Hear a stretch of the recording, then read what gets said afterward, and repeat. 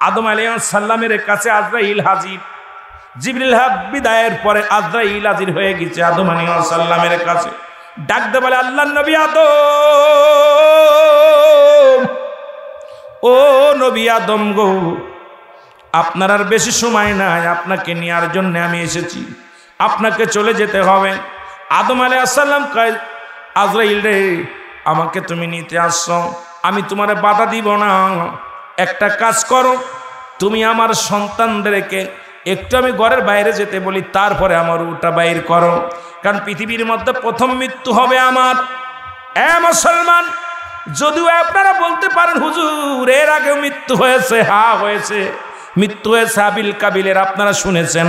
এটা তো আদম দেখেন নাই, আদমের সন্তানেরাও দেখেন নাই, কিভাবে মৃত্যু হয়েছে, কেমনে দাফন হয়েছে, বিষয়ে তার অভিজ্ঞতা নাই। আদম আলাইহিস সালামের প্রথম মৃত্যু হবে মানুষ কোলে, আদম আলাইহিস সালামের মৃত্যু হবে প্রথম বাবা দিলের কান্ডা লাগায়। শুনে নাও, আজরাইল এসে দাঁড়ায় গেলেন আদম নবীর পাশে। আল্লাহু আকবার বলো, আর একটু জোরে বলো আল্লাহু আকবার। আদম নবীর নিঃশ্বাস পার হয়ে গেল, বিদায় হয়ে গেল। আদমের সন্তানেরা ভিতরে ঢুকে দেখে আব্বার নাই, কথা বলে না। আদম আলাইহিস সালাম চির বিদায়। এখন কি করবে, কেমনে দাফন করতে হয়, কেমনে কাফন করতে হয়, কেমনে জানাজা পড়তে হয়, কিচ্ছু জানে না। আল্লাহ কয়, জিবরিলে দৌড়ায়া যাও, জান্নাত থেকে ফেরেশতা নিয়ে যাও, জান্নাত থেকে পানি নিয়ে যাও, এই জান্নাতি পানি নিয়ে যাও, জান্নাতি পোশাক নিয়ে যাও, যে পোশাকটা আমি আদমের গা থেকে খুলে ফেলেছিলাম সেই পোশাকটাও নিয়ে যাও। জিবরিল শোনো, দৌড়া যাও, দৌড়া যাও, আমার শীষ আলাইহিস সালামকে বাবার জানাজা পড়ার দোয়াটা শিখায়া দাও। সুবহানাল্লাহ। ওরে এক নম্বরে বলেছিলাম মরণ।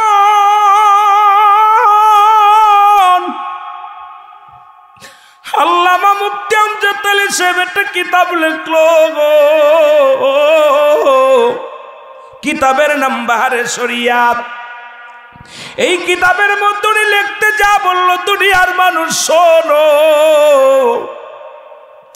সব চাইতে সহজ মৃত্যু যেটা হয়, 70টা উটের গায়ের চামড়া জবাই না করিয়া উল্টো দিকে টান দিয়া লবণ আর মরিচ লাগা দিলে যতটুক যন্ত্রণা হয়, এর চাইতে 70 গুণ যন্ত্রণা হলো একটা সাধারণ মৃত্যু। এখন আমরা যারা মরণকালে পায়খানা করে দিই, আমরা যারা মরণকালে প্রস্রাব করে দিই, আমরা যারা মরণকালে যাদের চোখ দুটি বড় বড় হয়ে যায় রে, মরণের সময় অনেকের জিহ্বা কাত বাইর হয়ে যায়। কত মানুষের দাপন করাইলাম, কত মানুষের কাপড় পরাইলাম, কত মানুষের দুনিয়া থেকে বিদায় করে দিলাম। আল্লাহ, ও আমার আল্লাহ, কত মানুষ মৃত্যুকালে পায়খানা প্রস্রাব পর্যন্ত করে দেয়, একটা অঙ্গ বেঁকা হয়ে যায়, হাত পা বেঁকা হয়ে যায়, ওই সোজা করার সম্ভব নয়। কত মানুষের দেখলাম মুখের ভিতর আর জিহ্বাটা ঢুকানো যায় না, চোখ দুটি বন্ধ করা যায় না। কত কষ্ট দিয়ে মালাকুল মউত তোমার রূহটা নিয়ে যায়। এই জন্য কথাটা বইলা যায় রে মুসলমান, এর ইমানদারের মৃত্যুটা হলো যাদের কথা বললাম। আল্লাহ বলে ইমানদারদের জন্য একটা নয়, দুটি নয়, 8টা জান্নাত প্রস্তুতি করে রাখছে। তাদের কথা বলতে গেলে কথা এসে যায়। আল্লাহ বলেন, বিসমিল্লাহির রাহমানির রহিম, উইদ্দাতুল মুমিনিন,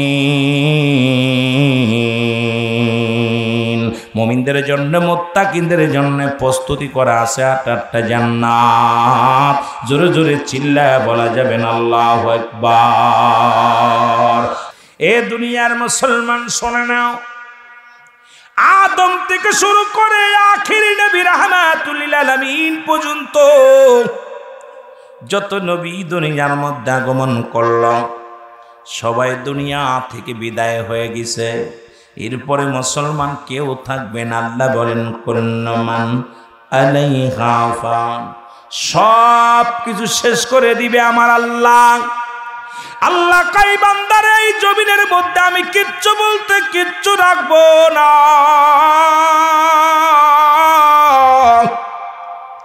এই জমিনের মাটিগুলো পুড়ে আমি তামা বানায়া দিব।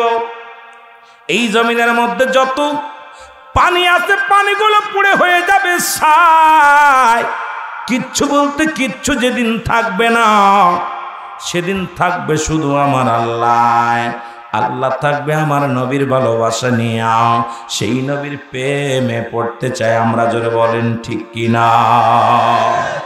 আর একটু জোরে বলা যাবে না ঠিক কিনা? এর আদম আলাইহিস সালাম 1000 বছর বেঁচে গেলেন। একটু কথা বুঝাইলে আপনারা বুঝতে পারবেন মুসলমান। আদম নবী একদিন নয়, দুদিন নয়, 1000 বছর জিন্দা ছিলেন দুনিয়ার মধ্যে। এ মুসলমান, আদম আলাইহিস সালামের কাছে জিবরিল আমিন আয়েশা হাজির হইয়া সালাম দা, আসসালামু আলাইকুম আল্লাহর নবী আদম, আপনি জান্নাতে কাটাইলেন বড় আরামায়েশে, দুনিয়ার মধ্যে অনেক আরামায়েশে কাটাইলেন। আপনাকে দুনিয়া থেকে চলে যেতে হবে। মালাকুল মউত আমি আপনার কাছে হাজির হয়ে গেছি। আপনি কখন যেতে চান আগে একটু বলে দেন। আদম নবী ডাকতে বলে, আজরাইল, তুমি আমার নিবার জন্য আসরে। আজরাইল, আমার তো এখন মাজাটাও বেকা হয়ে গেছে, বুড়া হয়ে গেছি। দুনিয়া থেকে অনেক, দুনিয়ার মধ্যে ইবাদত বন্দেগী করতেও কষ্ট হয়। তুমি যেহেতু নিতে আইছো, তবে যাবার আগে আমার একটা দাবি আছে রে আজরাইল। দাবিটা হলো, আমার মওলা জান্নাতের মধ্যে যখন ছিলাম, ওই জান্নাতের মধ্যে সুন্দর সুন্দর ফল মূল আমি খাইতাম। আমার আল্লাহ অনেক সুন্দর সুন্দর ফল খাওয়াইতো। এই মরণের আগে আমি একটু জান্নাতি ফল খাইতে চাই। জোরে জোরে চিল্লায়া বলা যাবেন আল্লাহু আকবার। ওয়াল হাব্বু জান্নাতু ফি রায়হান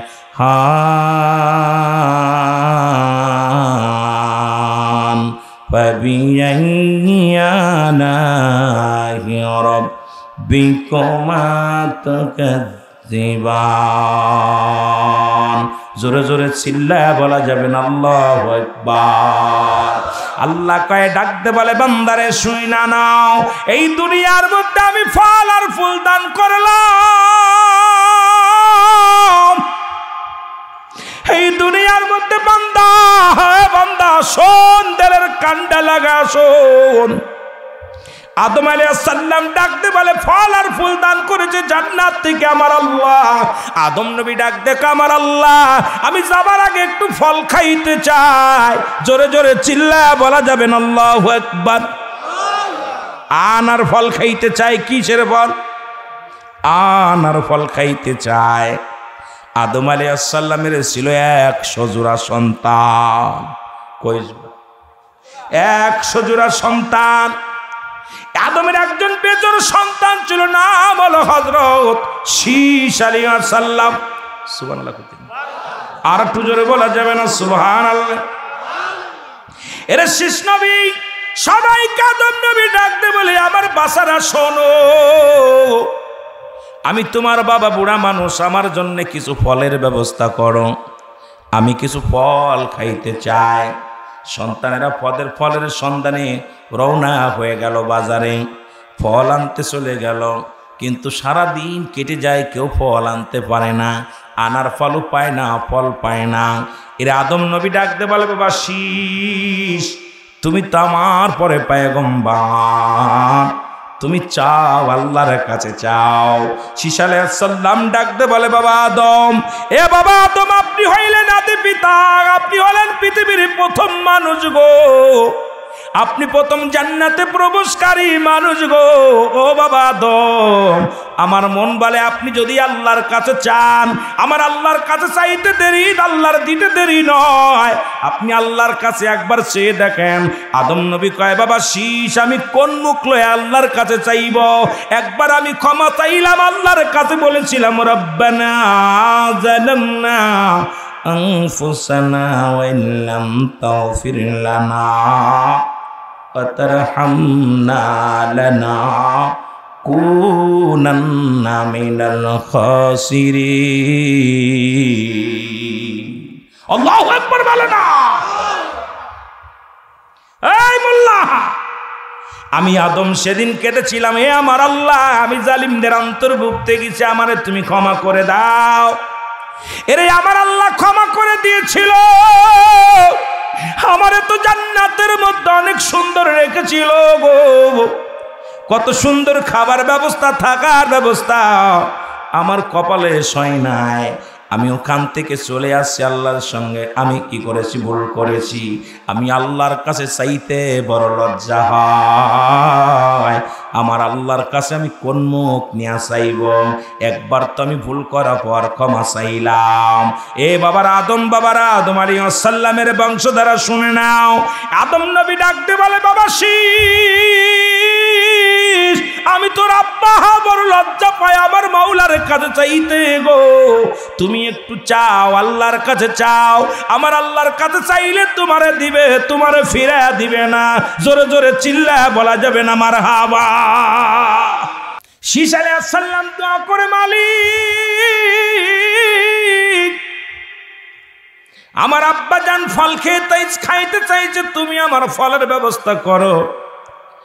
আল্লাহ বলে, জিবরিল আমিন রে দৌড়ায়া যা, জান্নাত থেকে সুন্দর সুন্দর ফলের ঝাঁকাবর। আর একটু জোরে, জিবরিল আমিন ফেরেশতারা দৌড়ায়া যা, আমার নবী আদম ফল খাইতে চাইছে, লজ্জায় আমার কাছে চাইতে পারে নাই। আমার আদম বড় লাজুক। সুবহানাল্লাহ বলেন। আমার আদম বড় লাজুক রে, আমি দুনিয়ার মধ্যে প্রথম মানুষ হিসেবে তারে পাঠাইলাম। আমার আদম লজ্জা পেয়েছে আমার কাছে চাইতে। ও মুসলমান, লজ্জা কিসের? আমার কাছে চাইবে। আমার আদম আমার কাছে চাইবে, তবু লজ্জা পেয়েছে যেহেতু। আরে ফেরেশতারা যা যা, জান্নাত থেকে সুন্দর সুন্দর ফল নিয়ে যা। এই ফলগুলো নিয়ে, ঝাঁকা ভর্তি ফল নিয়ে আমার আদমের কাছে হাজির করে দে। আমার আদম নবী প্রাণ ভরে খাবে। জোরে জোরে চিল্লায় বলো মারহাবা। ঝাঁকা বইরা ফল নিয়ে জান্নাত থেকে ফেরেশতারা যখন নিয়ে রওনা হয়ে গেল, আমার আল্লাহ ডাকতে বলে, ফেরেশতারা দাঁড়াও, তোমরা দাঁড়াও। আমার আদমের সব সন্তানদের বিয়ে শাদী হয়ে গেছে, আমার আদমের একমাত্র বাকি আছে শীষ আলাইহিস সালাম। যাও, জান্নাত থেকে যখন ফল নিয়ে যাবা, আমার আদমের জন্য একটা পাত্রী নিয়ে যাবা। জান্নাত থেকে সুন্দর দেখে একটা গেলেমান নিয়ে হুর নিয়ে যাওয়া। সুন্দর একটা হুর, জান্নাত থেকে একখানা হুর নিয়ে যাওয়া। আমার আদমের কলিজার টুকরা সন্তান শীষের সঙ্গে বিবাহ দিয়ে দিবা। কারণ মরণের আগে বাবা এজন্য তার সন্তানাদিকে সুন্দরভাবে গুছায় থুয়ে আসতে পারে। জোরে জোরে চিল্লায় বলা যাবে না মারহাবা। জান্নাতি ফল নিয়ে চলে আসতেন, একজন হুর নিয়ে চলে আসতেন জিবরিল আমিন।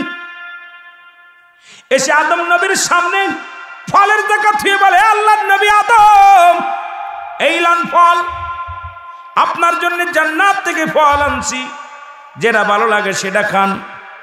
আপনি যেটা ভালো লাগে প্রাণ ভরে খান, তৃপ্তি সহকারে খান। আদম নবী ফল হাত দিতে গেলেন, তাকায় দেখে জিবরিল আমিনের পাখার পাশে একটা মেয়ে দাঁড়ায় রয়েছে, সুন্দরী একটা মেয়ে।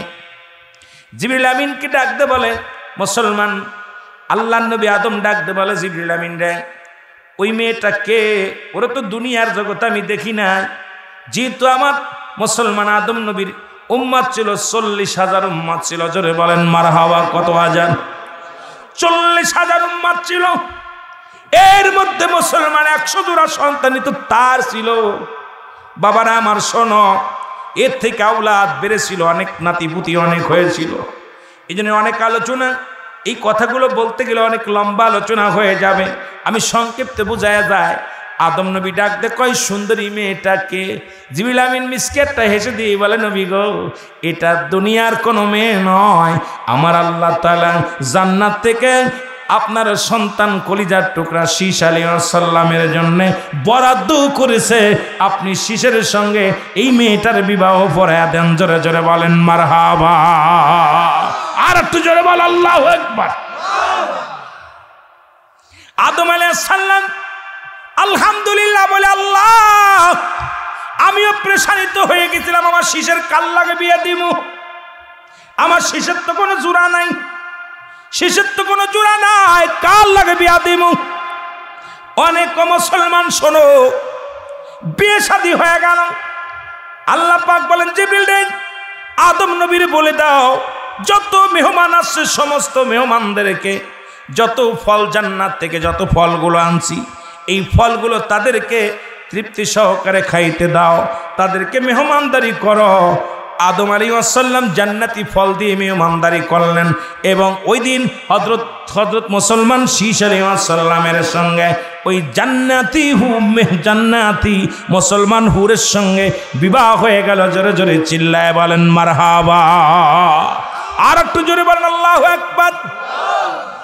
বিয়ে কমপ্লিট হলো। আজরাইল এবার আল্লাহ আজরাইল আর দেরি করো না, আদম নবীরে নিয়ে আসো, সময় হয়ে গেছে, আর বেশি দিন থাকা যাবে না, নিয়ে আসো। আদম আলাইহিস সালামের কাছে আজরাইল হাজির। জিবরিল বিদায়ের পরে আজরাইল হাজির হয়ে গেছে আদম আলাইহিস সালামের কাছে। ডাকতে বলে আল্লাহর নবী আদম, ও নবী আদম গো, আপনার আর বেশি সময় নাই, আপনাকে নেওয়ার জন্য আমি এসেছি, আপনাকে চলে যেতে হবে। আদম আলাইহিস সালাম কয় আজরাইল রে আমাকে তুমি নিতে আসছো, আমি তোমারে বাধা দিব না, একটা কাজ করো, তুমি আমার সন্তানদেরকে একটু আমি ঘরের বাইরে যেতে বলি, তারপরে আমার ওটা বাইর করো, কারণ পৃথিবীর মধ্যে প্রথম মৃত্যু হবে আমার। মুসলমান, যদিও আপনারা বলতে পারেন হুজুর এর আগেও মৃত্যু হয়েছে, হ্যাঁ হয়েছে, মৃত্যু হয়েছে আবিল কাবিলের, আপনারা শুনেছেন, এটা তো আদম দেখেন নাই, আদমের সন্তানেরাও দেখেন নাই, কিভাবে মৃত্যু হয়েছে, কেমনে দাফন হয়েছে বিষয়ে তার অভিজ্ঞতা নাই। আদম আলাইহিস সালামের প্রথম মৃত্যু হবে মানুষ কোলে, আদম আলাইহিস সালামের মৃত্যু হবে প্রথম বাবা দেলের কান্ডা লাগায়। শুনে নাও, আজরাইল এসে দাঁড়ায় গেলেন আদম নবীর পাশে। আল্লাহু আকবার বলো, আর একটু জোরে বলো আল্লাহু আকবার। আদম নবীর নিঃশ্বাস পার হয়ে গেল, বিদায় হয়ে গেল। আদমের সন্তানেরা ভিতরে ঢুকে দেখে আব্বার নাই, কথা বলে না। আদম আলাইহিস সালাম চির বিদায়, এখন কি করবে, কেমনে দাফন করতে হয়, কেমনে কাফন করতে হয়, কেমনে জানাজা পড়তে হয়, কিচ্ছু জানে না। আল্লাহ কয় জিবরিলে দৌড়ায়া যাও, জান্নাত থেকে ফেরেশতা নিয়ে যাও, জান্নাত থেকে পানি নিয়ে যাও, এই জান্নাতি পানি নিয়ে যাও, জান্নাতি পোশাক নিয়ে যাও, যে পোশাকটা আমি আদমের গা থেকে খুলে ফেলেছিলাম সেই পোশাকটাও নিয়ে যাও। জিবরিল শোনো, দৌড়ায়া যাও, দৌড়ায়া যাও, আমার শীশ আলাইহিস সালামকে বাবার জানাজা পড়ার দোয়াটা শিখায়া দাও। সুবহানাল্লাহ, আর একটু জোরে, আর একটু জোরে। আমার শীশ আলাইহিস সালাম হবে ইমাম, বাবার ইমাম হবে কে? আরো জোরে বলেন, বাবার ইমাম হবে কে? ছেলে। আর আমাদের ছেলে হবে বড় অফিসার, ঠিক কি না? আদমের ছেলে ইমামতি করে আর আমাদের ছেলে ঘুষ খায়, কত কই না কে? এরা আদম নবীর ছেলে ইমামতি করে আর আমাদের ছেলে সুদ খায়, কত কই না? কেমন ছেলে বানাইলাম? আদম আলাইহিস সালাম, আদম আলাইহিস সালামের ছেলে শীশ আলাইহিস সালামের কাছে জিবরিল আমিন চলে আসলেন। জিবরিল আমিন আইসা বলে হুজুর কানে কানে বলে দিলেন কেমনে গোসল করাবে, কেমনে দাফন করাবে, কেমনে কাফন পরাবে, কেমনে জানাজা পড়াবে, সমস্ত দোয়াগুলো আদম আলাইহিস সালামের ছেলে শীশ আলাইহিস সালামের কানে কানে বলে দিলেন। এবার আদম আলাইহিস সালাম কে জানাজার জন্য দাঁড়াইলেন, শীশ আলাইহিস সালাম ইমাম হলেন। আমার আল্লাহ কয় যাও ফেরেশতারা তোমরা যাও, আগের কাতারে দাঁড়ায় যাবো আদমের ছেলেদের সাথে, এদেরকে শিখা দাও কেমনে ভাবে মানুষের জানাজা পড়া লাগবে, কেমনে দোয়া করা লাগবে, কেমনে মায়েতকে সামনে রাখা লাগবে, এরপরে কেমনে কবর দিবে, কেমনে মাটি দিবে, কেমনে দাফন করবে, সব কিছু শিখা দাও। অসংখ্য ফেরেশতারা আদম আলাইহিস সালামের জানাজায় শরীক হয়েছিলেন, দাফনে শরীক হয়েছিলেন। মুসলমান শুনে নাও, আপন সন্তান সেদিন দোয়া করেছিলেন, ওই দোয়াটাও আদম আলাইহিস সালামের দোয়া করেছিলেন, রব্বানা যালামনা আনফুসানা ওয়া ইল্লাম তাগফির লানা, জোরে, ওয়া তারহামনা লানাকুনান্না মিনাল খাসিরিন। জোরে বলা যাবে না, একটু জোরে বলা যাবে। আর আমার নবী বলে রাব্বিরহামহুমা কামা রাব্বায়ানি সগীরা। আমার সাথে বলেন রাব্বিরহামহুমা কামা রাব্বায়ানি সগীরা। মারহাবা বলেন না, আর একটু জোরে বল আল্লাহু আকবার। এই দোয়াটা কখন আসলো তার হালাতটা বোঝার দরকার। এ মুসলমান শুনে নাও, ওই যে বলতেছিলাম আমি আস্তে আস্তে গেলে সব বুঝতে পারবেন। আদম আলাইহিস সালামের মৃত্যু হলো, বেঁচে আছে না মরছে? কথা বলেন, মরছে না বেঁচে আছে? এ জোরে বলেন, মরছে না বেঁচে আছে? আদম আলাইহিস সালাম চির বিদায়, ওই যে আদি পিতা থেকে শুরু করেছে মরা, এখন পর্যন্ত কেউ 50 বছর, কেউ 80 বছর, কেউ 200 বছর, কেউ 300 বছর, কেউ 100 বছর, কেউ 60 বছর, কেউ জন্ম নিয়েই মরে, কেউ মায়ের পেট থেকে মরে। শুধু মরণ মরণ মরণ, এই মরণ থেকে পালানোর কোনো পথ নাই। একমাত্র স্রষ্টার মৃত্যু নাই, সৃষ্টির মৃত্যু আছে, ঠিক কিনা? কথা বলেন, স্রষ্টার মৃত্যু নাই, সৃষ্টির মৃত্যু আছে, জোরে বলেন ঠিক কিনা? এ মুসলমান, একমাত্র থাকবে কি? আমার আল্লাহ, একমাত্র আল্লাহ রব্বুল আলামিন, যার মৃত্যু নাই। সবার মৃত্যু আছে, একে একে দুনিয়ার সব কিছু যেদিন বিদায় হয়ে যাবে, দুনিয়ার সব কিছু যখন, দুনিয়ার সমস্ত রূহ যখন মারা যাবে, বাকি থাকবে 4 জন ফেরেশতা। কয়জন? আজরাইল, ইসরাফিল, মিকাইল আর জিবরাইল। সুবহানাল্লাহ বলেন না। কয়জন? নাম কি? হযরত আজরাইল আলাইহিস সালাম। জোরে বলেন, হযরত আজরাইল আলাইহিস সালাম, হযরত জিবরাইল আলাইহিস সালাম, হযরত মিকাইল আলাইহিস সালাম, হযরত ইসরাফিল আলাইহিস সালাম। একটু জোরে বলা যাবে না মারহাবা? আর একটু জোরে বলেন। এর 4 জন খলিফার নামটাও সাথে নিয়ে নি। হযরত আবু বকর সিদ্দিক রাদিয়াল্লাহু তাআলা আনহু, হযরত ওমর ফারুক রাদিয়াল্লাহু তাআলা আনহু, হযরত উসমান গনি রাদিয়াল্লাহু তাআলা আনহু, হযরত আলী রাদিয়াল্লাহু তাআলা আনহু। জোরে জোরে চিল্লা বলা যাবে না মারহাবা?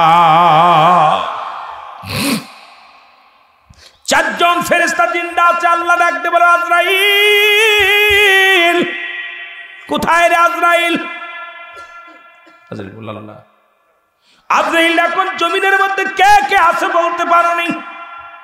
আজরাইল একটা চক্কর মারবে, পূর্ব দিক থেকে পশ্চিম দিক পর্যন্ত, উত্তর থেকে দক্ষিণ পর্যন্ত, একটা দৃষ্টি দিয়া বলবে, আল্লাহ এখন দেখি তোমার সৃষ্টি কুলে আর কেউ নিয়ে যাওয়ার জন্য। মুসা নবী, আজরাইল রে, আমার নিতে আইছো কিসের জন্য? এখন মুসা নবীর আজরাইল আলাইহিস সালাম বুঝায়, হুজুর আর কতদিন বাঁচবেন? মাজাটা বেঁকা হয়ে গেছে, আপনি বুড়া হয়ে গেছেন, মাথার চুলগুলো পেকে গেছে, জীর্ণ শীর্ণ হয়ে গেছেন, এখন আপনি চলে যান, আপনার নেওয়ার জন্য আমি এসেছি। মুসা নবী কয়, আমার যে তুমি নিবা, আমার কোন জায়গাতে প্রবেশ করবা? আমার কোন জায়গাতে প্রবেশ করবা? আমার ভিতরে তো তোমার ঢোকা লাগবে, তারপরে তো আমার রুহুটা নিবা। জিবরিল আজরাইল আলাইহিস সালাম ডাক দে কয়, নবী মুসা গো।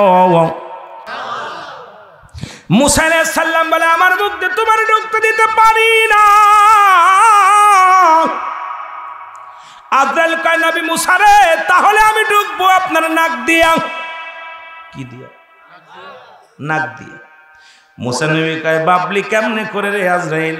তুমি কি জানো না, আল্লাহ রাব্বুল আলামিনের দিদার যখন আমার নসিবে হয়েছিল, ওই তুর পাড়ে যখন সাক্ষাৎ হয়েছিল, তখন আমার এই নাক দিয়া আমার মৌলার তাজাল্লি নূরের ঘিরান পেয়েছিলাম। আমার নাক দিয়ে তোমার ঢুকতে দিতে পারি না, আমার এই নাক দিয়ে আমার মৌলার তাজাল্লি নূরের ঢেউ ঢুকেছে। আমার মৌলা জান্নাতি ঘিরান আমি নাক দিয়ে প্রবেশ করেছে, আমার নাক দিয়ে তোমার আমি ঢুকতে দিতে পারি না। আজরাইল কয়, নবী মুসা রে, যদি নাক দিয়ে ঢুকতে না দাও, আমি ঢুকবো তোমার চোখ দিয়ে। চোখ দুটি ভালো হয়ে গেল। আমার নবী, যেহেতু তোর মায়েরা চোখ দুটি কানা করে দিছে, আমি আল্লাহ আমার কুদরতি হাত দিয়া তোমার চোখ দুটি ভালো করে দিলাম রে আজরাইল। আজরাইল কয়, মালিক আমাকে এখনই হুকুম দেন, আমি যাব মুসা নবীর রূহটা বাইর করতে। তাড়াতাড়ি হুকুম দেন। আল্লাহ কয় না, আমার মুসার কাছে আর তোমার যাওয়া লাগবে না, ওটার ব্যবস্থা আমি নিজেই করব। জোরে বলেন মারহাবা। ইমানদারের পর আল্লাহ বলেন নবী মুসা ইলহাম হয়, নবী মুসা, মুসা কাল্লা লাব্বাইক আল্লাহ। কই নবী মুসা রে, আজরাইলের সঙ্গে তো হট্টগোল বাঁধাইলা, আজরাইল তো মাইরে কানা করে দিছো, আজরাইল তো আমার কাছে বড় কষ্ট পেয়েছেন, আলিয়ে দিছে। এখন আমি তোমার কাছে বলতে চাই, ও নবী মুসা, তোমারে আমি অনেক ভালোবাসি রে মুসা, তুমি আমার পয়গম্বর, আমার বন্ধু, আমি তোমার একটা সুযোগ দিলাম। একটা মেশির গায়ে যতগুলো পশম আছে, একটা বকরির গায়ে যতগুলো পশম আছে, এত হাজার বছর যদি দুনিয়ার মধ্যে আপনি বাঁচতে চান, আমি আল্লাহ এত হাজার বছর আপনার হায়াত বাড়ায়া দিলাম।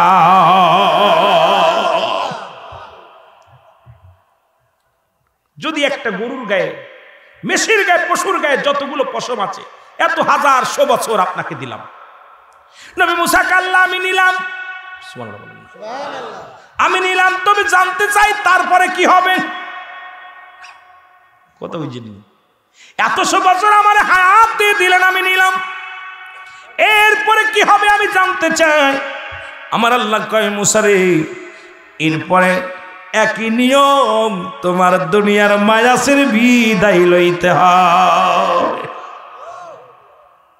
মুসা কাল্লা, তাহলে আমি বুড়া হয়ে গেছি, মাথাটাও বেঁকা হয়ে গেছে, কাজকর্ম করা লাগে, ইবাদত বন্দেগী করা লাগে, আমার আর বাঁচার শখ নাই, যেহেতু চলেই যেতে হবে, তাহলে আর দুদিন বেঁচে লাভ কি? আজ গেলেও যেতে হবে, কাল গেলেও যেতে হবে, তবে যাবার আগে একটা দাবি আপনার কাছে, আমার সঙ্গে আর একবার সাক্ষাৎ দেওয়া লাগবে। জোরে বলেন মারহাবা। আল্লাহ বলেন নিলাম, মেনে তোমার দাবি মেনে নিলাম। কয় কবে দেখা হবে? কয় কালই আয়। মুসা নবী লাঠিখানা ভর দিয়া, টুকটুক করে লাঠিখানা ভর দিয়া পাহাড়ে তুর পাহাড়ে চলে গেলেন। সুবহানাল্লাহ বলেন। তুর পাহাড়ে যাইয়া মুসা নবী আল্লাহর সঙ্গে আলাপ হয়, অনেক বিস্তারিত লম্বা আলোচনা হয়। আলোচনা শেষ করার পর মুসা নবী বলে, আল্লাহ আমি গেলাম তালি। আল্লাহ কয় যাও। যাবার সময় আল্লাহর কাছে মুসা নবী দাবি করে, আল্লাহ আমি বনি ইসরাইলের একজন নবী, আপনার কাছে একটা দাবি করে যায়, আমার বনি ইসরাইলের সমস্ত মাকলুকাতকে একটু খাবার ব্যবস্থা করে দিবেন, কেউ যেন খোদায় কষ্ট না পায়। আল্লাহ আমার জীবনের শেষ সাক্ষাৎ, এই হলো আমার জীবনের শেষ দিদার, আর জীবনে আপনার সাথে সাক্ষাৎ হবে না, তুর পারে আসতে পারবো না, শরিয়াতে আর আপনার সঙ্গে দেখা হবে না। আজকে আমার বিদায় লগ্নে আপনার কাছে একটা দাবি করে যায়, আমার কমের কোনো লোক যেন না খেয়ে মারা যায়, আপনি একটু খাবার ব্যবস্থা করে দিবেন। জোরে জোরে চিল্লায় বলা যাবে না মারহাবা। নবী মুসা তার কমের জন্য দোয়া চাইল, আর আমরা চাই নিজের জন্য দোয়া, ঠিক কি না? নবী মুসা ডাক দিয়ে বলেন, আল্লাহ আমার কমের ব্যবস্থা করো। আল্লাহ বলেন, নবী রে মুসারে তুমি যাও। মুসা নবী রওনা হয়ে গেল, আমি দেখবো। লাঠিখানা ভরতে তুর পাহাড় থেকে রওনা হলেন। আমার আল্লাহ ডাক দিয়ে বলেন, নবী মুসা তোমার হাতে কি? কয় লাঠি। হাতে কি? লাঠি। লাঠি নিয়ে উঠছো তুমি তুর পাহাড়ে, তোমার ওই লাঠি দিয়ে একটা বাড়ি মারো পাহাড়ের উপরে। সুবহানাল্লাহ কইতে আর একটু জোরে। মুসা নবী একটা লাঠি দিয়ে একটা বাড়ি মারলেন পাহাড়ের উপরে। যখন বাড়ি মারলেন, সঙ্গে সঙ্গে বিশাল একটা নদী। মুসা নবী কাল্লায় কি আশ্চর্যজনক, এই পাহাড়ের মধ্যে এত বড় নদী আসলো কই থেকে, পানি আসলো কই থেকে? আল্লাহ কয় মুসারে দাঁড়ায় না থেকে ওই পানির মধ্যে আর একটা বাড়ি মারো। মুসা নবী বাড়ি মারলেন, আর একটা বাড়ি মারলেন পানির মধ্যে, বিশাল একটা পাথর ভেসে আসলেন। সুবহানাল্লাহ বলেন, আর একটু জোরে বলেন। নবী মুসা কাল্লা কি আশ্চর্যজনক, পানির মধ্যে এত বড় পাথর বেঁচে আসে রে আল্লাহ। আল্লাহ কয় মুসার এই পাথরের মধ্যে আর একটা বাড়ি মারো। মুসা নবী পাথরের মধ্যে আর একটা বাড়ি মারলেন, পাথরের ভিতরে থেকে একটা তাজা হরিণ বাইর হয়ে গেল। জোরে জোরে চিল্লা বলা যাবে না মারহাবা। তাজা হরিণ। মুসা নবী আশ্চর্য হয়ে গেলেন হরিণ খানা দেখা। পাথরের মধ্যে হরিণ, আল্লাহ কয় মুসারে হরিণের মুখের দিকে তাকায় দেখো। মুসা নবী হরিণের মুখের দিকে তাকায় দেখে মুখের মধ্যে তাজা ঘাস, গালের মধ্যে ঘাস আছে। সুবহানাল্লাহ। আর একটু জোরে বলেন তাজা ঘাস। আল্লাহ নবী মুসা কাল্লা কি আশ্চর্যজনক ব্যাপার, পাহাড়ের মধ্যে নদী, নদীর মধ্যে পাথর, পাথরের মধ্যে হরিণ, এর মুখের মধ্যে তাজা ঘাস। আমার আল্লাহ কয় মুসারে শুনে নাও, শুধু তোমার বনি ইসরাইল নয়, গোটা পৃথিবীর মাকলুকাতের মালিক আমি হলাম স্রষ্টা, তুমি হলে সৃষ্টি। সব মাকলুকাতকে আমি আল্লাহ খাওয়াই, যেখানে আছে সে হালাতে আছে আমি আল্লাহ তার খাবারের ব্যবস্থা, রিজিকের ব্যবস্থা, মরণের ব্যবস্থা, হায়াতের ব্যবস্থা, সব কিছুর মালিক হলাম আমি আল্লাহ। মুসারে তাকায় দেখো তোমার বনি ইসরাইলের লোক শুধু নয়, ওই পাথরের মধ্যে হরিণ আছে, ওটাকেও আমি খাওয়াই। এরা ঘুষখোররা, শোন, ঘুষ খাস তো খালি খালি খাবি, ঘুষ খাবি। আল্লাহ খাওয়ানোর মালিক রে, ঘুষ খেয়ে কি করবি? ঘুষ সুদ খায়া। আমার ভাইরা, আমার বন্ধুরা, আমার মুসা নবী মাথা নত করে দিলেন, আল্লাহ ক্ষমা চাই, আল্লাহ বুঝতে বাকি নেই। আল্লাহ তুমি কি মখলুক সব। আল্লাহ কয় আমি যে স্রষ্টা, তোর হলো সৃষ্টি। সন্তানের জন্য বাবার যেমন করে, সন্তান হলে বাবা কিভাবে খাওয়াবে বাবাই ভালো জানে। মা কেমনে কি খাইলে দুধ হবে বাড়বে, মা ওষুধ খাবে, কোনো মার যে মার দুধ হয় না সেই মা কি করে, ওষুধ পানি খায়, গাছগাছরা খায়, খাবার খায়, ভালো তাড়াতাড়ি খায় যে আমার সন্তান যাতে না খেয়ে থাকে। সন্তান যখন কান্নাকাটি করে মা পাগল হয়ে যায়, জোরে বলেন ঠিক কিনা? সন্তান যখন কান্নাকাটি করে একটু কাবু হয়ে যায়, মা বাবা দুজনই পাগল হয়ে যায়। তদ্রুপ বান্দা, আমার আল্লাহ হলো স্রষ্টা, আমরা হলাম সৃষ্টি। সৃষ্টিতে কিভাবে থাকবে, কি হালাতে থাকবে, কি খাবে, এর ব্যবস্থা কে করেছে? জোরে বলেন কে? সব কিছুর দায়িত্ব আমার আল্লাহ। আমার ভাইরা, আমার বন্ধুরা, আমার আল্লাহ রাব্বুল আলামিন বলে মুসারে, দেখছো নি? আল্লাহ দেখছি, এবার আমি যাই। মুসা নবী রওনা হয়ে গেলেন। পথের মধ্যে আসতে দেখে 7 জন ব্যক্তি একটা কবর খোঁড়ে, বিশাল একটা কবর খুঁজতেছে। নবী মুসা চিন্তা করে এলাকার মধ্যে তো কোনো মানুষ নাই, এলাকার মধ্যে কোনো বাড়ি নাই, ঘর নাই, এখানে কেন আজগবি কবর খোঁজে? কে ঘুমাইবে, কে মারা গেছে? মুসা নবী আস্তে আস্তে চলে এসে সালাম দেয়, আসসালামু আলাইকুম ভাইরা। ওয়ালাইকুম আসসালাম। আপনারা কবর খোঁজেন কার? আমাদের এলাকা একজন মারা গেছে, এখানে তার শোয়াবো, তার কবর খুঁজতেছি। আপনি তো আল্লাহর নবী মুসা? বলে হ্যাঁ। তাহলে আপনি যদি একটু শরীক হতেন কবর খোঁজায় তাহলে ভালো হতো। সুবহানাল্লাহ। মুসা নবী কয় তাহলে দাও, খুনটা কুড়াল দাও, আমি খুশি। মুসা নবী কবর খুঁজতে লেগে গেলেন। ফেরেশতারা শুধু তাকায় তাকায় দেখতেছেন। আমার আল্লাহ ওই 7 জন কোনো মানুষ ছিলেন না, ওই 7 জনই ছিল আল্লাহর ফেরেশতা। আল্লাহ তাআলা নবী মুসার কবর নবী মুসার দিয়ে খোঁচাইছে। জোরে জোরে বলেন আল্লাহু আকবার। মুসা নবী কবর খোঁজে, ফেরেশতারা কয় হুজুর আপনি তো দারুণ কবর খুঁজতে পারেন। মুসা নবী উৎসাহিত হয়ে আরো ভালো করে খোঁজে, খুব সুন্দর কষ্ট করে খুঁজছে। কবরটা যখন খোঁড়া হয়ে গেছে, এখন মুসা আলাইহিস সালাম কয় ভাই, যে লোকটারে শুয়াইবেন সে লোকটা কোথায়, তার মাপটা কি? ফেরেশতা 7 জন বলে হুজুর মনে কিছু করবেন না, যে ব্যক্তি কবরের ভিতরে শোবে সেই ব্যক্তি লম্বা আপনার মতো, চওড়া আপনার মতো, দেখতে শুনতে আপনার মতো।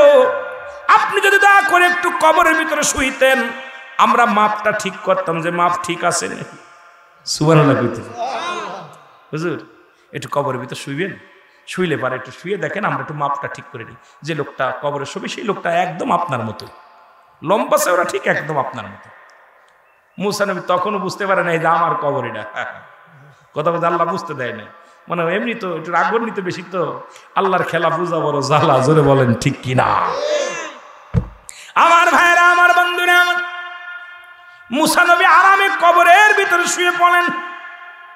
আবার আল্লাহ ডাকতে বলে, ও জিবরিল দৌড়ে আসা, জান্নাত থেকে একটা আপেল নিয়ে। আমার নবী মুসা আপেল খাতে ভালোবাসে। কি খাইতে? আপেল খাইতে ভালোবাসে। আমার নবী মুসার হাতে একটা আপেল দিবি, আর আপেলটার মধ্যে যখন কামড় দিবি এই ফাঁকে জান্ডা কবাস করবি, দেরি করবি না। দেরি করলে কিন্তু আমার মুসা ভেজাল বাঁধাবে, ভেজাল বাঁধাতে দিবি না, মুসার এই টাইমটা দিবি না। জোরে জোরে বলো মারহাবা। খেলা শুরু। কেলা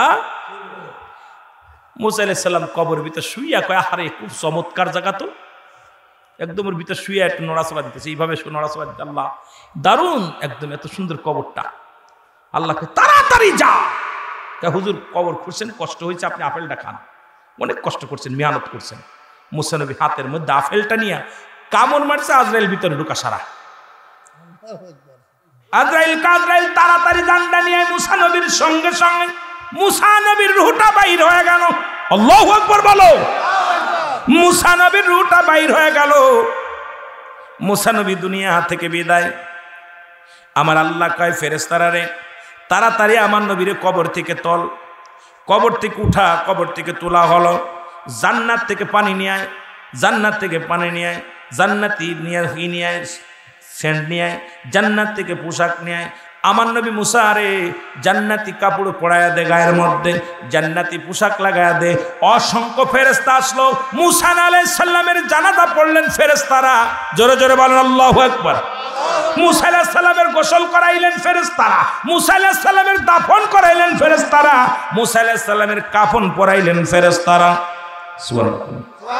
আর একটু জোরে বলেন। এবার কবরটা দেয়া হলো। ও মুসলমান শোনো, যখন কবরটা দিয়া সুন্দরভাবে কবরটা দেওয়া হলো, ফেরেশতারা কবর দিলেন, মুসা আলাইহিস সালামের কবর দেওয়া হলো। এখন আল্লাহ কয় কবর উপরে মাটিগুলো সমান করে দাও, কারণ বনি ইসরাইল লোকেরা ওরা মুসারে পূজা করা শুরু করবে, কারণ আমি আল্লাহ বলেছি, আমি আল্লাহ এক, আল্লাহু আল্লাহু আহাদ আল্লাহুস সামাদ লাম ইয়ালিদ ওয়া লাম ইউলাদ ওয়ালাম ইয়াকুন লাহু কুফুয়ান আহাদ। জোরে জোরে চিল্লায়া বলা যাবে না মারহাবা। আল্লাহ বলেন আমি এক, আমার কোনো দ্বিতীয় নাই, আমি কারো জন্ম দিই নাই, কারো থেকে জন্ম নিই নাই। যারা চন্ড পূজা করে, যারা প্রতিমা পূজা করে, যারা দুনিয়ার মধ্যে অন্য খোদা বানায় ইবাদত করে, আল্লাহ বলে শুনে না, ওদেরকে জানায়া দাও আমি আল্লাহ একজন। কয়জন? জোরে বলেন কয়জন? তাহলে চন্দ্র পূজা করা যাবে, প্রতিমা পূজা করা যাবে, দেবী পূজা করা যাবে, পৃথিবীর মধ্যে কোনো কিছু পূজা করা যাবে না, একমাত্র সিজদা করব কার? আর একটু জোরে বলেন কার? আল্লাহ বলেন আমি আসমান জমিনের মধ্যে আমার সমতুল্য, আমার সমকক্ষ আর কাউকে আমি বানাই নাই, কারণ আমি কারো থেকে জন্ম নিই নাই। আল্লাহর কোনো ছেলে নাই, মেয়ে নাই যে তাদের কোনো স্মরণ করা লাগবে। আল্লাহ কারোর বংশ নাই, আল্লাহর কোনো বংশ নাই যে সেই বংশের অনুসরণ অনুকরণ করা লাগবে। সুতরাং আল্লাহ বলে বান্দারে আমি আল্লাহ এক। মারহাবা কইতেন না? আল্লাহ আমি কয়জন? আরো জোরে বলেন কয়জন? আমি আল্লাহ একজন। গোলামি করবি আমি আল্লাহর, দাসত্ব করবি আমি আল্লাহর, বন্দেগী করবি আমি আল্লাহর। এ মুসলমান শুনে নাও, সব কিছু পার একমাত্র যোগ্য হলাম হলো আমি মাওলা। আমি হলাম স্রষ্টা, তোরা হলো সৃষ্টি। আমি তোদেরকে আমি বানাইলাম, আমি সৃষ্টিকুলের শ্রেষ্ঠ। সুতরাং তোরা আমার ইবাদত বন্দেগী করবি। জোরে জোরে বলেন ঠিক কিনা? মুসা নবীর কবরটা হয়ে গেল, দিও মাটিগুলো সমান করে দিল। আজ পর্যন্ত বনি ইসরাইল লোকেরা জানে না কোথায় নবী মুসার কবর। এ মুসলমান, ওই কওমের লোকেরা আন্দাজের পর চিন্তা করে মুসা নবী এই পথে যাইতেছিল তুর পাহাড়ে, এই পথের মধ্যে কোথাও মৃত্যু হয়েছে, হয়তো মুসা নবীকে আল্লাহ উঠায় আনিছে। কিন্তু দুনিয়ার মধ্যে 4 জন নবী এখনো জিন্দা আছে। কয়জন জানা আসেনি নামগুলো? এই 4 জন নবী জিন্দা আছে। তার মধ্যে একজন হলো যিনি পাহাড়ের দায়িত্ব আছে, তার নাম হলো হযরত ইদ্রিস আলাইহিস সালাম। একজন মুসলমান জান্নাতের মধ্যে আছে, তার নাম হলো, মুসলমান শুনে নেন, যিনি পাহাড়ের দায়িত্ব আছে তার নাম হলো ইলিয়াস আলাইহিস সালাম। নাম কি? হযরত ইলিয়াস আলাইহিস সালাম। যিনি জান্নাতের মধ্যে আছে তার নাম হলো হযরত ইদ্রিস আলাইহিস সালাম। যিনি পানির দায়িত্ব আছেন তিনি হলো হযরত খিজির আলাইহিস সালাম। আর একজন নবী আসবেন আপনার আমার উম্মাহ, আমার নবীর উম্মত হইয়া। এই নবীর নাম কি জানা আসেনি? সবাই আমরা জানি, তার নাম হলো হযরত মারহাবা। একটু জোরে কইতেন। এই পাশে মানে একজন দুজন কইছি, এই পাশের লোক ঘুমাচ্ছে। কয়জন বেঁচে আছে নবী? জোরে বলেন কয়জন? পাহাড়ের দায়িত্ব আছে কে? হযরত। নবীদের নাম কইতেন এইরকম আসতে, ওইরকম কইলে ইলিয়াস কইলে হইবে না, আদবের সঙ্গে। হযরত ইলিয়াস আলাইহিস সালাম, ওনাকে আল্লাহ দিছে দায়িত্ব, পাহাড়ের দায়িত্ব। লম্বা আলোচনা বাইর হয়ে যাচ্ছে, কিন্তু কবরের কথা মরণের কথা বলতে যাইয়া শুধু আলোচনা বাইর হচ্ছে। এখনো ঠিকমতো আলোচনায় যেতে পারি নাই, মূল আলোচনায় যেতে পারি নাই, শুধু মুসলমান সার কথা এখনো বলতে পারি নাই। এখন বর্তমান খালি ভূমিকার মধ্যে আসিরে মুসলমান শুনে নাও, এই মুসা আলাইহিস সালামের কবরটা আন্দাজের উপরে বিশাল একটা লম্বা করে আরিয়া এরি করে দিয়েছে। এইটা হলো মুসা আলাইহিস সালামের কবর। আসলে মুসা নবীর কাফন দাফনের দায়িত্ব পালন করেছিল আমার আল্লাহর ফেরেশতারা। জোরে জোরে চিল্লায় বলেন মারহাবা। আর একটু জোরে বলো। তাহলে চারজন নবীর কথা বলে গেলাম। চারজন নবী জিন্দা আছে, তাদের একজনের নাম হলো হযরত ইলিয়াস আলাইহিস সালাম, পাহাড়ের দায়িত্ব। একজন জিন্দা আছে জান্নাতের মধ্যে, হযরত ইদ্রিস আলাইহিস সালাম। একজন পানির দায়িত্বে আছে, তিনি হলো হযরত খিজর আলাইহিস সালাম। আর একজন আমার নবীর উম্মত হয়ে আসবেন হযরত ঈসা আলাইহিস সালাম, ঈসা ইবনে মরিয়ম। জোরে জোরে চিল্লায় বলেন মারহাবা। আমি বলতেছিলাম মানুষের দুইটা টাইমে মরণ হয়, একটা হলো রাতের বেলা, একটা হলো দিনের বেলা। আল্লাহ দিন শুরু করেছে নামাজ দিয়া। দিনের শুরু হলো রে মুসলমান ফজর। ফজরে 2 রাকাত সুন্নাত নামাজ তুমি আদায় করলা, সঙ্গে সঙ্গে তুমি আমার রাসূলের প্রেমিক হয়ে গেলা। এবার 2 রাকাত ফরজ নামাজ তুমি আদায় করলা, ও মুসলমান, সঙ্গে সঙ্গে তুমি আমার আল্লাহর গোলাম হয়ে গেলা। এবার দিনের মধ্যে যদি মরণ হয়, তোমার মৃত্যুটা হবে আমার রাসূলের প্রেমিক আল্লাহর গোলাম। জোরে জোরে চিল্লায় বলা যাবে না আল্লাহু আকবার। এখন যদি বলি বাবা কয়জন মানুষ ফজরের নামাজটা পড়েছেন, হাতে গোনা হয়তো উঠবে কিছু মানুষের নাম। একমাত্র নামাজ এবং মুসলমান এবং কাফেরদের মধ্যে পার্থক্য হলো নামাজ। এই নামাজের প্রতি গুরুত্ব কেন নাই? এই নামাজের তালিম দিছে রহমতের নবী রাহমাতুল লিল আলামিন।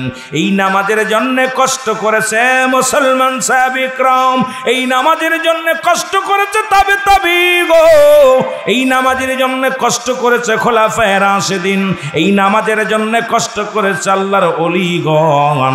এখনো সেই নামাজের দাওয়াত দিতে হয় মুসলমানদের কাছে, সেইতে লজ্জা থাকতে পারে না। এই নামাজের ওয়াজ করব আজকে ইহুদি খ্রিস্টানদের কাছে যাইয়া, কিন্তু নামাজের ওয়াজ করা লাগে মুসলমানের কাছে যাইয়া। ও মুসলমান শুনে নাও, এবার দিনের শুরু হলো ফজর, রাতের শুরু হলো মাগরিব। এ মুসলমান শুনে নাও, জমিনের মধ্যে ঘোরাঘুরি করলা। এ মুসলমান, রাত্র শুরু হয়ে গেল, রাতের শুরু মাগরিব। 2-3 রাকাত ফরজ নামাজ তুমি আদায় করলা, সঙ্গে সঙ্গে তুমি আমার রাসূল আমার মাওলার গোলাম হয়ে গেলা।